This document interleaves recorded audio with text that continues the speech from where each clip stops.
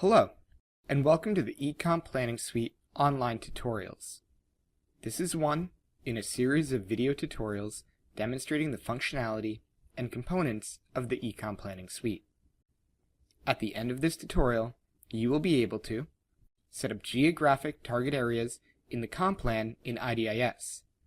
These include CDFI areas, local target areas, neighborhood or Community Revitalization Strategy Areas, and other target areas. The process for adding each type of target area is quite similar. In this tutorial, we will demonstrate how to add local target areas and NRSAs. The use of target areas can be an effective way of explaining both the needs and strategies for addressing priority needs in your jurisdiction. Setting up target areas is done in the SP10 Geographic Priorities screen. When establishing a target area, there are four options to choose from. First, there is the option to add a CDFI area. Community Development Financial Institutions, or CDFIs, are a special Treasury designation that receives regulatory flexibility under CDBG. Second, you can add a local target area. Local target areas are defined as any geography where the grantee will provide concentrated and coordinated efforts to improve conditions. Third, any HUD-approved neighborhood or Community Revitalization Strategy Area, or NRSA or CRSA, should be added.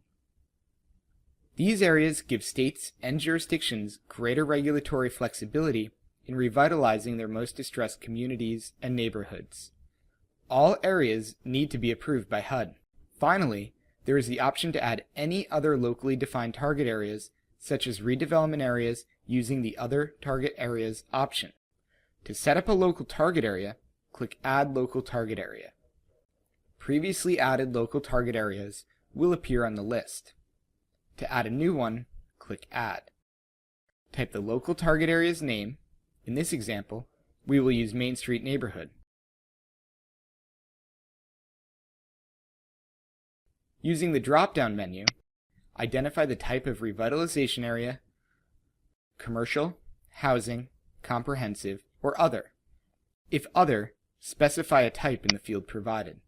When complete, click Save. The newly created Main Street Neighborhood target area will now be listed on the screen. Click Return to Geographic Area to continue.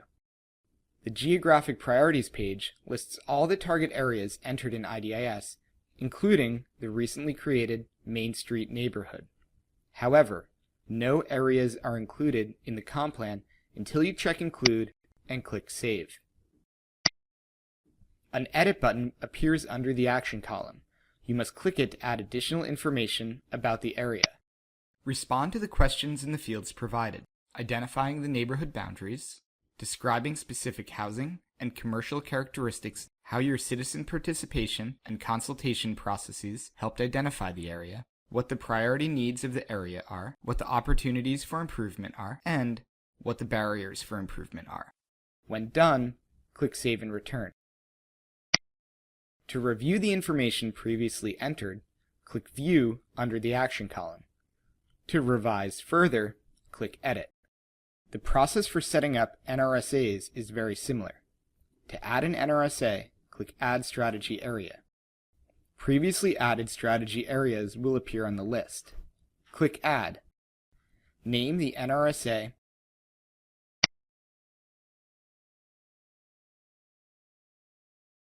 and enter a HUD approval date. When done, click Save. The newly created Downtown Strategy Area will now be listed on the screen. Click Return to Geographic Area to continue. As said before, all previously added strategy areas and other target areas are listed on this page. To include our NRSA in the comp plan, check the Include box next to Downtown Strategy Area and click Save. To enter additional information about the strategy area, click Edit under the action column and respond to the corresponding questions. Adding CDFIs and other target areas is done in a similar fashion. Once you've set up and included all the target areas in the comp plan, respond to the General Allocation Priorities question on the SP10 screen. When finished, Click Save and Return.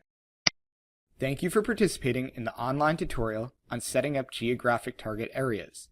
For additional tutorials and resources, please go to the 1CPD Resource Library.